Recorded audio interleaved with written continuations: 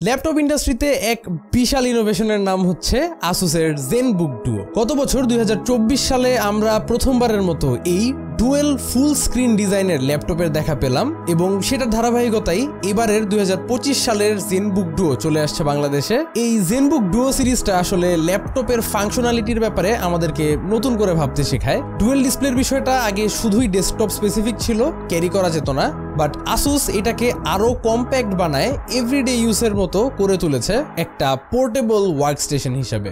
যথেষ্ট পরিমাণ এক্সাইটেড আমি নতুন জেনবুক ডুওর ব্যাপারে আপনাদের সাথে আলোচনা করার জন্য। And through out the video গত বছরের মডেলের সাথেও আমি টুকটাক কম্পেয়ার করে কথা বলবো এই নতুন জেনবুক ডুও 2025 এর। স্পেশাল থ্যাঙ্কস টু আসুস বাংলাদেশে প্রথম আমার হাতেই এই নতুন জেনবুক ডুওটা পাঠিয়ে দেওয়ার জন্য একটা আনবায়াসড অ্যান্ড আনফিল্টার্ড রিভিউ দেওয়ার চেষ্টা করব আসুস জেনবুক 2025 এর, এবং আপনাদেরকে জানাবো আসলে এক্সপিরিয়েন্সটা কেমন হয় যখন আপনি এই ধরনের একটা ক্রেজি ল্যাপটপ ইউজ করবেন, অ্যাডভান্টেজেস গুলো আসলে কি, এবং এই ধরনের একটা ইউনিক ল্যাপটপ আপনাকে কি এক্সট্রা ফাংশনালিটির অ্যাক্সেস দিবে জানার জন্য সাথেই থাকুন। সম্পূর্ণ ভিডিওটা জুড়েই আপনাদের সঙ্গে হোস্ট হিসেবে থাকছে আমি কাইফ, আপনারা দেখছেন টেক স্যাভেজ। শুরুতেই চলেন আনবক্সিং এক্সপিরিয়েন্সটা দেখে নিই।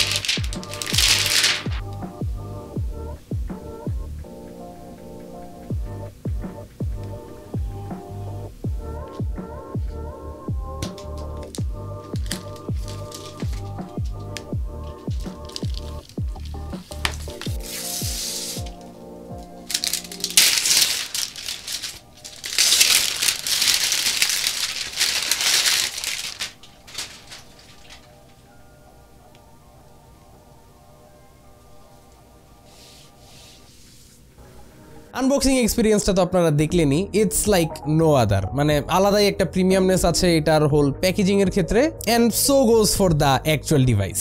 পুরোটা ল্যাপটপের বিল্ড ম্যাটেরিয়ালস হিসেবেই তারা ইউজ করেছে অ্যালুমিনিয়াম অ্যান্ড ম্যাগনেসিয়াম, সো প্রচুর পরিমাণ প্রিমিয়াম একটা ফিল আপনারা পাবেন এই ল্যাপটপটা হাতে নিলে। মানে it's just so well build, বলে শেষ করা যাবে না। Everything starting from the top shell, bottom shell, kick স্ট্যান্ডটার হিঞ্জটাও ইভেন খুব রিলায়েবল অ্যান্ড স্ট্রং লেগেছে আমার। Same goes for this detachable keyboard, এটাও খুবই ওয়েল বিল্ড, অনেক পাতলা বাট ইটস ভেরি স্টার্ডি, কোনো ধরনের মেজর ফ্লেক্স আমি এটার মধ্যে ফিল করছি না। There some nice to have things like কয়েকটা লেভেলে এটার ব্রাইটনেসটা অ্যাডজাস্ট করা যায় ডিভাইসের সাথে অ্যাটাচ করে, অথবা ব্লুটুথ মোডে আপনারা এটার কিবোর্ডটা ইউজ করতে পারবেন। তাছাড়া ডিজাইন ওয়াইজ এটা জাস্ট পুরনো খাঁচায় নতুন প্রাণ, অর্থাৎ ফিজিক্যালি কোনো মেজর ডিফারেন্স আপনারা এই নতুন মডেলটায় দেখবেন না compare to the previous model. যদিও আমার কাছে মনে হয় এই ডিজাইনটা তাদের খুব কমপ্লিকেটেড ইঞ্জিনিয়ারিং এর ফল, সো এটাকে আসলে এমনি ফালাই দেওয়ার কোনো কিছু নাই। আমার কাছে মনে হয় this design language is completely fine even for now and totally practical. আমি চাচ্ছিলাম যে এবার হয়তো তারা স্ক্রিনের বেজেলস গুলোকে আরেকটু থিন করে ফেলবে, বাট গতবারের মতোই এবারও তারা সেম 91% এর স্ক্রিন টু বডি রেশিওটা এখানে মেনটেন করতেছে, which is definitely not bad, but আরেকটু স্ক্রিন রিয়েল এস্টেট পাইলে এটা আরেকটু আপগ্রেডেড টাইপের একটা ফিল দিত আর কি। তাছাড়া ডিভাইসটার কালার ভ্যারিয়েন্টসও সেম, তো মানে একটু নতুন কোন একটা কালার লঞ্চ করলেও ভালো লাগতো, but everything you're getting here is just a proven to work design, so nothing nothing to complain about. এটা আনফোল্ড হয় like a normal laptop, but the magic happens when you remove the keyboard. Automatically এটা dual screen মোডে চলে আসে আর একটা পুরা multitasking weapon হয়ে যায়। দুইটা স্ক্রিনই টাচ হওয়াতে it saves a ton of time নেভিগেশনের ক্ষেত্রে। কিবোর্ডটা ম্যাগনেটিকলি অ্যাটাচ হয় বডির সঙ্গে এন্ড ইটস প্রিটি স্ট্রং। চারপাশে রাবার স্ট্যান্ড অফস থাকে, সো স্ক্রিনে স্ক্র্যাচ পড়ার কোনো চান্সেস নাই। তাছাড়া কিজ গুলা যথেষ্ট পরিমাণে ক্লিকি, টাইপ করে মজা লাগে। একটা ট্যাকটাইল ফিডব্যাক আপনারা পাবেন কিজ গুলো থেকে, which I really like. But ট্র্যাকপ্যাডটার ব্যাপারে কমপ্লেন করেছিলাম লাস্ট মডেলে যে মানে ক্লিকস গুলা খুব একটা স্যাটিসফাইং লাগতেছে না, খুব একটা শার্প না, but they fixed it on this model. তবে এইবারের মডেলের ক্ষেত্রে দ্য ট্র্যাকপ্যাড ফিলস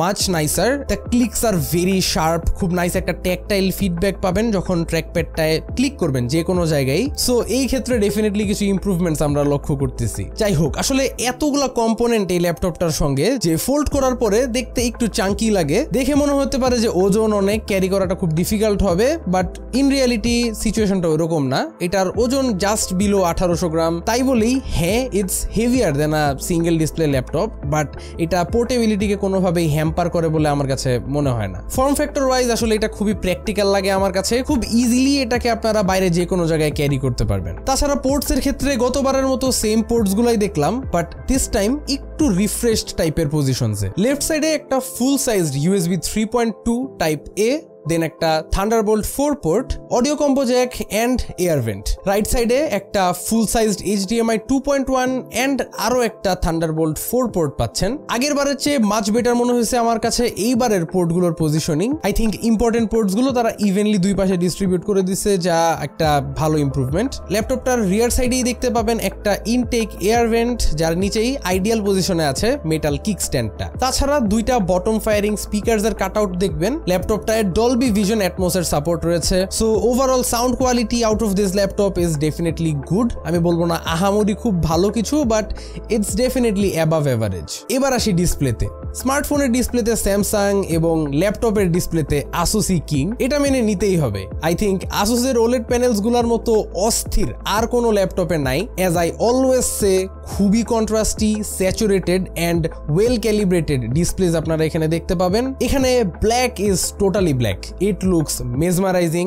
দুইটা display 14 inch OLED touch screen, যেটা রেজলিউশন 3K, তাও আবার এমন না যে দুইটা মিলায় 3K on each of the panels. 16:9 aspect রেশিওতে আছে দুইটা ডিসপ্লেগুলার পিক ব্রাইটনেস হচ্ছে 400 নিটস। অনেককে বলতে শুনেছি যে জেনবুক ডুয়োর ডিসপ্লের ব্রাইটনেসটা কিছুটা কম, আমার কাছে তেমনটা লাগে না। I think these are some of the best displays in class. কিন্তু আসলে এত সুন্দর সুন্দর দুইটা ডিসপ্লে দিয়ে করবেনটা কি? এই দুইটা ক্রেজি ডিসপ্লের ফাংশনালিটি বৃদ্ধি করতে আসুস একটা ডেডিকেটেড সফটওয়্যার রেখেছে, নাম হচ্ছে আসুস স্ক্রিন এক্সপার্ট, যেটার থ্রু আপনারা এই ডিসপ্লেটার জন্য নানান ধরনের ফাংশনস এন্ড ফিচার্স খুঁজে পাবেন। তার মধ্যে আছে স্ক্রিন এক্সটেন্ড করে ডেস্কটপ মোডে ইউজ করার সুবিধা। কাউকে কোনো প্রেজেন্টেশন যদি দিতে চান, স্ক্রিনটাকে মিরর করার থ্রু সেটা করতে পারবেন। তাছাড়াও ভিডিও এডিটিং বা গ্রাফিক ডিজাইনিং করতে চাইলে আসুসের আরো একটা ডেডিকেটেড অ্যাপ, নাম হচ্ছে Asus dial and control panel. এটা ওপেন করলে দেখবেন বোথ ডিসপ্লেজ ইউটিলাইজ করা যাচ্ছে when editing a video or graphic designing.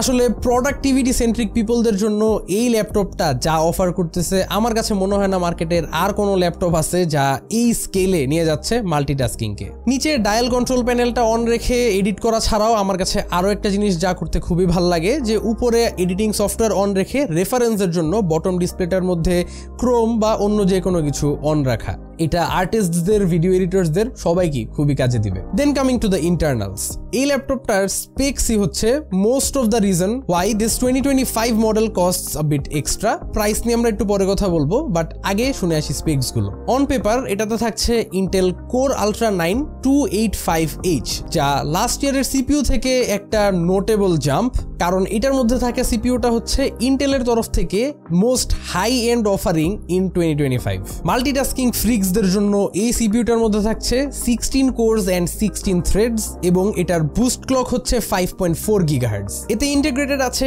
ইন্টেলের আর্ক গ্রাফিক্স, তাছাড়াও থাকছে ইন্টেলের AI boost NPU for handling all the AI related workloads, এবং তা অপারেট করতে পারে আপ টু 13 টপস অথবা 13 ট্রিলিয়ন অপারেশনস পার সেকেন্ড। এই এনপিইউটা প্লাস সিপিইউটা যথেষ্ট পরিমাণে পাওয়ার এফিশিয়েন্ট। বিল্ট ইন ভাবে ল্যাপটপটাতে থাকছে 32 GB of LPDDR5X GTX RAM, 1TB এর একটা Gen 4 SSD আপনারা এখানে দেখতে পাবেন। So spec wise it's a monster laptop except of having a GPU, কারণ it's a laptop dedicated for creative people, productive people, content creators, but specifically গেমার্সদের জন্য না। কিছু সিনথেটিক বেঞ্চমার্ক স্কোরস দেখে আসি। সিনেবেঞ্চ R23 তে মাল্টি করে আমরা পেয়েছি 12100, সিঙ্গেল করে এসেছে 2100 চেয়ে একটু বেশি, ইমপ্রেসিভ স্কোরস। Geekbench 6 এ চলে গেলে সিপিইউতে আমরা সিঙ্গেল করে পেয়েছি 27050 এর মতো, আর মাল্টি করে এসেছে 16000 এরও বেশি। সিপিইউ পারফরমেন্স রাফলি আমরা প্রিভিয়াস মডেলের চেয়ে 10% বেশি পেয়েছি throughout all the benchmarking softwares, আর জিপিইউর ক্ষেত্রে আমরা Geekbench 6 এ স্কোর পেয়েছি অলমোস্ট 43000। লাস্ট ইয়ার খুব সম্ভবত 32000 বা সামথিং ছিল, সো সেটার তুলনায় কিন্তু একটা ভালো জাম্প আমরা জিপিইউ সেগমেন্টে খেয়াল করতেছি। সে কারণে obviously things like video rendering, encoding and decoding এই টাইপের কাজগুলো মাচ বেটার হ্যান্ডেল করতে পারবে ল্যাপটপটা। তা বাদেও এটাতে থাকা এসএসডিটাকে আমরা বেঞ্চমার্ক করে রিড স্পিড পেয়েছি 6381 MBs অ্যান্ড রাইট স্পিড পেয়েছি 5690 MBs। একটা ল্যাপটপ হিসাবে গুড Gen 4 স্পিড যেটা পোর্ট্রে করতে পেরেছে, আরেকটু বেটার হতে পারতো, but nothing to complain about. তাছাড়া যারা গেমিং নিয়ে প্রশ্ন করবেন, আমি এটার মধ্যে আসলে গেমিং করতে খুব একটা ইন্টারেস্টেড না। যারা গেমিং এর ব্যাপারে জানতে চান লাস্ট ইয়ারের ভিডিওটা দেখতে পারেন, আমি গেমিং নিয়ে মোটামুটি ইনডেপথ গেছিলাম, বাট আসলে এটা একটা গেমিং সেন্ট্রিক ল্যাপটপ না, তা আমরা সবাই জানি। এটাতে আসলে গেমিং বেঞ্চমার্ক করে সময় অপচয় করার খুব একটা রিজন আমি খুঁজে পাচ্ছি না। তবে হ্যাঁ, আমি টুকটাক গেমিং করে দেখছি এবার, আর কিছু জিনিস নোটিস করলাম, যেমন ভিডিও রেন্ডারিং অথবা গেমিং এর সময় যখন ল্যাপটপটা ফুল প্রেসারে থাকে, আগের বারের চেয়ে লেস হিট আমি ফিজিক্যালি ফিল করতেছি। গতবার বলেছিলাম বটম ডিসপ্লেটা খুব বেশি হিট হয়ে যায় when pushing this laptop to the limits, but this time আমার কাছে মনে হয়েছে এটা অত একটা হিটও হয় না। হিটিংটা আসলে অনেকটাই আন্ডার কন্ট্রোল আছে এবার, যা ওলেড ডিসপ্লের জন্য একটা মেজর প্লাস পয়েন্ট। খুব ভালো একটা ইমপ্রুভমেন্ট আমার কাছে এটা মনে হচ্ছে। Finally moving on to the battery department, এই ক্ষেত্রেও আমরা কিছু ইমপ্রুভমেন্টস নোটিস করেছি। গতবারের সেম 75 ওয়াট আওয়ারের ব্যাটারিটাই আমরা এবারও দেখতে পাচ্ছি, বাট এবার ব্যাটারির অপটিমাইজেশনটা আমার কাছে মাচ বেটার মনে হলো। Maybe it's due to having a more efficient CPU অথবা কিছু একটা সফটওয়্যারের খেলা তারা এখানে খেলছে, but battery backup is much better. আপনারা যদি সিঙ্গেল ডিসপ্লে ইউজ করেন তাহলে লাইট টু মডারেট টাস্কিং এ 8 থেকে 9 ঘন্টার মতো ব্যাকআপ পাবেন, which is great. Dual display ইউসেজের ক্ষেত্রে আর অনেকটা কমে আসে ব্যাটারি ব্যাকআপ অবভিয়াসলি। এই ক্ষেত্রে আপনারা লাইট টু মডারেট টাস্কিং এ 6 ঘন্টা থেকে বড় জোর হয়তো 7 ঘন্টার মতো ব্যাটারি ব্যাকআপ পাবেন, আর হেভি ওয়ার্কলোডস এর ক্ষেত্রে 3 থেকে 4 ঘন্টা টু দ্য মোস্ট। আমার কাছে যদিও এটার ব্যাটারি ব্যাকআপের চেয়ে চার্জিংটাই বেশি ইমপ্রেসিভ লাগে। এই ল্যাপটপটাকে 0 to 50% চার্জ করে ফেলা সম্ভব জাস্ট অ্যারাউন্ড 35 মিনিটস, আর 100% চার্জ করতে অ্যারাউন্ড 1.5 ঘন্টা সময় লাগে। সো অল ইন অল আমার মতে ZenBook Duo 2025 is just a super premium and innovative device for the hyper productive people or people in general যারা কুল টেকনোলজি অ্যাপ্রিসিয়েট করে। মেইনলি কন্টেন্ট ক্রিয়েটার্স অর মাল্টিটাস্কার্সদের জন্য এটা ডিজাইন। ডুয়েল ডিসপ্লের ব্যাপারটা আসলে আপনার ঘরের বাইরে যে কোনো জায়গায় বসেই একটা ওয়ার্ক স্টেশনের ফিল দেয়, and it's also light weight and portable. ZenBook Duo 2024 এর যারা ইউজাররা আছেন তাদের জন্য আমি বলবো এটাতে আপগ্রেড করার এখনো দরকার নাই, একটু ওয়েট করেন, হয়তো পরের মডেলটার মধ্যে আরো কিছু মেজর চেঞ্জেস আমরা দেখতে পারবো। But 2025 Asus ZenBook is definitely a more perfect version of the 2024 variant. এটার প্রাইসটা অবশ্য কিছুটা বেড়ে আসছে। এইবারের ZenBook Duoর প্রাইস রাখা হয়েছে 2,70,000 টাকা। তার সঙ্গে অবভিয়াসলি থাকছে Asusের 2 years of international warranty and 1 year of Asus perfect warranty coverage. এখন হ্যাঁ, ডেফিনেটলি 2,70,000 টাকা is a lot for a laptop, and অনেকেই জিজ্ঞেস করবেন ভাই এটা কি আপনার কাছে আসলেই ওয়ার্থ ইট মনে হয়? টু বি অনেস্ট, হ্যাঁ, I know it's kind of shocking to hear, but for the people যারা আমার মতো একটু ডুয়েল ডিসপ্লের প্রতি আলাদাই ফ্যাসিনেশন আছে, আর এই ল্যাপটপের ডুয়েল ডিসপ্লেটাকে আসলে ফুল পটেনশিয়াল পর্যন্ত ইউজ করার ক্যাপাবিলিটি যারা রাখে, আমার মনে হয় তাদের জন্য এটা ডেফিনেটলি একটা ওয়ার্থ ইট পারচেস। ল্যাপটপটা পারচেস করতে ডিসক্রিপশনের ফার্স্ট লিঙ্কে চলে যাবেন। ভিডিওটা ভালো লেগে থাকলে চ্যানেলে সাবস্ক্রাইব করতে ভুলবেন না। আশা করি আবারও দেখা হবে আগামী কোনো ভিডিওতে। Till then, have a nice day, piece.